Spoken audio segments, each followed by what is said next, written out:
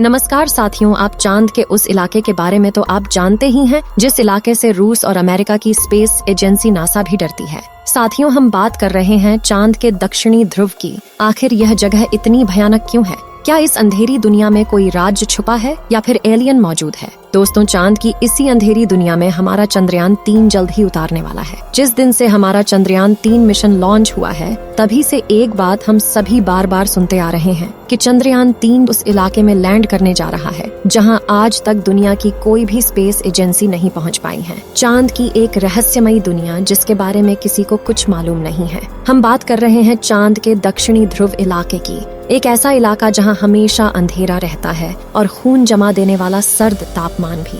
क्या आपने कभी सोचा है कि 1972 के अपोलो मिशन के बाद नासा वापस चांद पर क्यों नहीं गया? क्या चांद से जुड़ा कोई ऐसा रहस्य है जो आम इंसानों से छुपाया गया है? हम आपको इस बात की सारी जानकारी देंगे, बने रहे हमारे साथ वीडियो में अंत तक। दोस्तों, अगर आपने इस वीडियो को अभी तक लाइक नहीं किया है तो हमारे चंद्रयान 3 की सफलता लिए एक लाइक तो कर दीजिए, और हाँ, कमेंट में जय हिंद जय इसरो लिखना बिल्कुल ना भूलें। आज के इस वीडियो में हम चांद की अंधेरी दुनिया के इन्हीं रहस्यों को समझेंगे और साथ ही आपको बताएंगे कि चंद्रयान 3 को इस इलाके में लैंड कराने के लिए इसरो ने क्या खास प्लान बनाया है, इसलिए वीडियो को अंत तक जरूर देखिएगा। दोस्तों, जैसा कि आप सभी जानते हैं, चंद्रयान 3 ने 14 जुलाई दिन श्रीहरिकोटा के स्पेस सेंटर से अपनी लंबी उड़ान भरी थी और इस समय चंद्रयान सभी मुश्किलों को पार करते हुए चांद के आखिरी ऑर्बिट में पहुंच चुका है। अब आगे इसके लैंडर की वेटिंग शुरू की जाएगी और धीरे धीरे इसे 23 अगस्त की शाम को चांद के दक्षिणी ध्रुव पर लैंड करवा दिया जाएगा। लेकिन यही आखिरी पड़ाव इस पूरे मिशन का सबसे मुश्किल पार्ट है।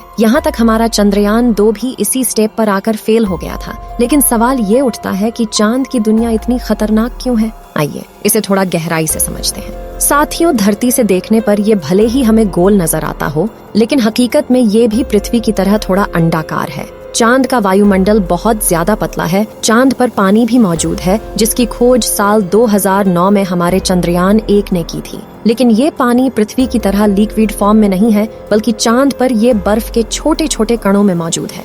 आपको शायद इस बात पर यकीन न हो, लेकिन चांद हमारी नींद पर भी खास असर डालता है और ये बात एक रिसर्च में साबित हो चुकी है। दरअसल आज से 10 साल पहले स्विट्जरलैंड के बेसल विश्वविद्यालय में ये खोज की गई थी कि अमावस की रात लोग ज्यादा गहरी नींद सोते हैं, जबकि पूर्णिमा की रात उन्हें नींद इतनी अच्छी नहीं आ पाती। अब इसकी वजह क्या है? ये सवाल अभी भी वैज्ञानिकों के लिए एक रहस्य बना हुआ है।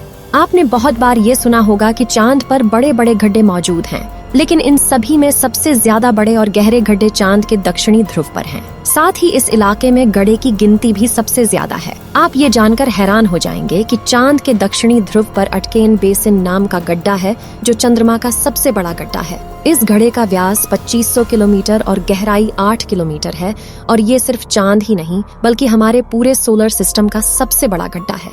चांद का दक्षिणी ध्रुव ऐसे ही खतरनाक गड्ढों से भरा हुआ है। इन गहरे कुओं में करोड़ों साल से सूरज की एक किरण तक नहीं गई है। ऐसे में कोई नहीं जानता यहाँ कौन से रहस्य छिपे हुए हैं। वैज्ञानिकों का अनुमान है कि चांद के इन गड्ढों के नीचे बेशुमार पानी छुपा हो सकता है या फिर कुछ और भी हो सकता है, लेकिन ये सिर्फ अनुमान है और इसके बारे में निश्चित रूप से कुछ नहीं कहा जा सकता। यही वजह है कि हमारे इसरो के वैज्ञानिक ने अपने चंद्रयान 3 को चांद के खतरनाक इलाके में भेजने का रिस्क उठाया है। लेकिन सवाल ये उठता है कि रूस और अमेरिका तो आज से करीब 50 साल पहले ही चांद पर पहुंच गए थे, पर उन्होंने चांद के इलाके को खोजने में दिलचस्पी क्यों नहीं दिखाई? क्या इसके पीछे कोई ऐसी वजह है जो हमसे छुपाई गई है? असल में दोस्तों, इस विषय पर दुनिया भर में कई थ्योरीज मौजूद है। कुछ को खुद नासा के एस्ट्रोनॉट्स ने ही जन्म दिया है। 1969 से 1972 के बीच अपने अपोलो प्रोग्राम के तहत नासा ने कुल 12 एस्ट्रोनॉट्स को चांद पर भेजा था और उनमें से कई एस्ट्रोनॉट्स चांद की अंधेरी दुनिया के बारे में हैरत अंगेज खुलासा कर चुके हैं। कुछ ने तो चांद पर एलियंस के मौजूद होने की बात भी कही थी और लोग कहते हैं कि नासा ने 1972 के बाद अब तक इसीलिए कोई मून मिशन नहीं भेजा क्योंकि उसको चांद की दुनिया के गहरे राज पता चल गए थे। हालांकि नासा की तरफ से इसकी वजह दी गई कि चांद पर ऐसा कुछ नहीं है जिसकी खोज की जाए, इसलिए वह अब इस मिशन पर और ज्यादा पैसा बर्बाद नहीं करना चाहता। अब आखिर सच क्या है, यह हमें आज नहीं तो कल पता चल ही जाएगा। फिलहाल हमें इतना मालूम है कि इसरो पहली स्पेस एजेंसी है जिसने चांद के दक्षिणी ध्रुव पर जाने की कोशिश की। भले ही रूस का लूना 25 हमसे कुछ घंटे पहले चांद के इलाके में लैंड कर जाए, लेकिन यहाँ पहुँचने की कोशिश हमारे वैज्ञानिक साल 2019 में चंद्रयान 2 के दौरान ही कर चुके हैं। हालांकि वह मिशन पूरी तरह से सक्सेसफुल नहीं हो पाया था, क्योंकि चांद से केवल 2.1 किलोमीटर दूर चंद्रयान 2 का संपर्क इसरो से टूट गया था और लैंडर चांद की सतह पर क्रैश कर गया था। दोस्तों, चांद के दक्षिणी ध्रुव को सिर्फ इसके गड्ढे ही इसे इतना खतरनाक नहीं बनाते, बल्कि बेहद ठंडा तापमान भी इस जगह के भयानक होने की एक बड़ी वजह है। असल में चांद के इलाके में कभी भी धूप नहीं पड़ती, जिसके चलते यहाँ कुछ हिस्सों का तापमान -150 डिग्री सेल्सियस तक पहुँच जाता है।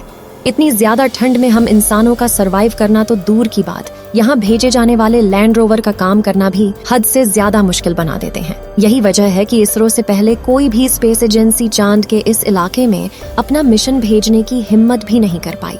अब अगर चंद्रयान 3 की बात करें तो इसरो वैज्ञानिकों ने इसको चंद्रयान 2 की हर कमी और गलती से सीखकर पहले से कहीं ज्यादा मजबूत और एडवांस बनाया है, ताकि यह मुश्किल से मुश्किल परिस्थिति में सफलतापूर्वक लैंड कर पाए। इस बार पिछली बार आई मुसीबत से सीख लेकर इसरो ने चंद्रयान 3 के लैंडर विक्रम को पहले से ज्यादा एडवांस और पावरफुल बनाया है। जैसे कि चंद्रयान 2 के विक्रम लैंडर में कई थ्रस्टर्स थे, लेकिन चारों तरफ सही संतुलन बनाए रखने के लिए चंद्रयान 3 के लैंडर में बड़े और एडवांस थ्रस्टर्स लगाए गए हैं। इसके अलावा इस बार के विक्रम लैंडर में लेग्स को बड़ा और मजबूत कर दिया गया है। साथ ही इसकी फ्यूल स्टोरेज कैपेसिटी को भी बढ़ाया गया है। वहीं उसमें लगे कम्युनिकेशन डिवाइस भी एडवांस तकनीक का इस्तेमाल कर रहे हैं और उन्हें चंद्रयान 3 का खुद का AI कंप्यूटर मैनेज कर रहा है, जिससे इस बार लैंडर इसरो से संपर्क न तोड़े। इन सभी बदलावों से चंद्रयान 3 के लैंडर को चांद की सतह पर सॉफ्ट लैंडिंग करने से कोई नहीं रोक सकता। कई हजारों टेस्ट करने के बाद ही हमारे इसरो के वैज्ञानिकों ने चंद्रयान 3 को चांद पर भेजा है। ऐसे में हमें पूरा यकीन है कि 23 अगस्त के दिन विक्रम लैंडर चांद की सतह पर लैंड करके चांद को फतेह कर लेगा और भारत दुनिया का पहला देश होगा जो उस अंधेरी दुनिया के रहस्यों से पर्दा उठाएगा। यहाँ पर हमारे चंद्रयान 3 को बहुत सारी मुसीबतों का सामना करना पड़ेगा, लेकिन दोस्तों खास बात तो ये है कि इस बार हमारा चंद्रयान 3 रास्ते में आने वाली सभी मुसीबतों से लड़ने के लिए पूरी तरह से तैयार है। पिछली बार चंद्रयान 2 के अंदर जितने भी कमियां रह गई थीं, उन्हें ठीक कर दिया गया है। साफ शब्दों में कहे तो इस बार हमारा चंद्रयान 3 किसी भी हालत में हम सभी को निराश नहीं करने वाला है और पूरी दुनिया को दिखा देगा कि वह जो कर सकता है कोई भी नहीं कर सकता है। फिलहाल चंद्रयान 3 की सेहत एकदम अच्छी है। इसरो ने ट्वीट करके बताया कि अभी तक चंद्रयान 3 में कोई भी गड़बड़ी नहीं देखी गई है। अब साथियों इंतजार है तो सिर्फ 23 अगस्त का, और फिर हमें पता चल जाएगा कि आखिर चांद के उस हिस्से में क्या है। क्या वहाँ पर कोई वाकई में बड़ा खजाना है या फिर कुछ नहीं। दोस्तों, जाते जाते वीडियो को लाइक जरूर करें और कमेंट करके अपनी राय जरूर दें। साथ ही ऐसे ही और वीडियो पाने के लिए हमारे चैनल को सब्सक्राइब करें। जय हिंद, जय भारत।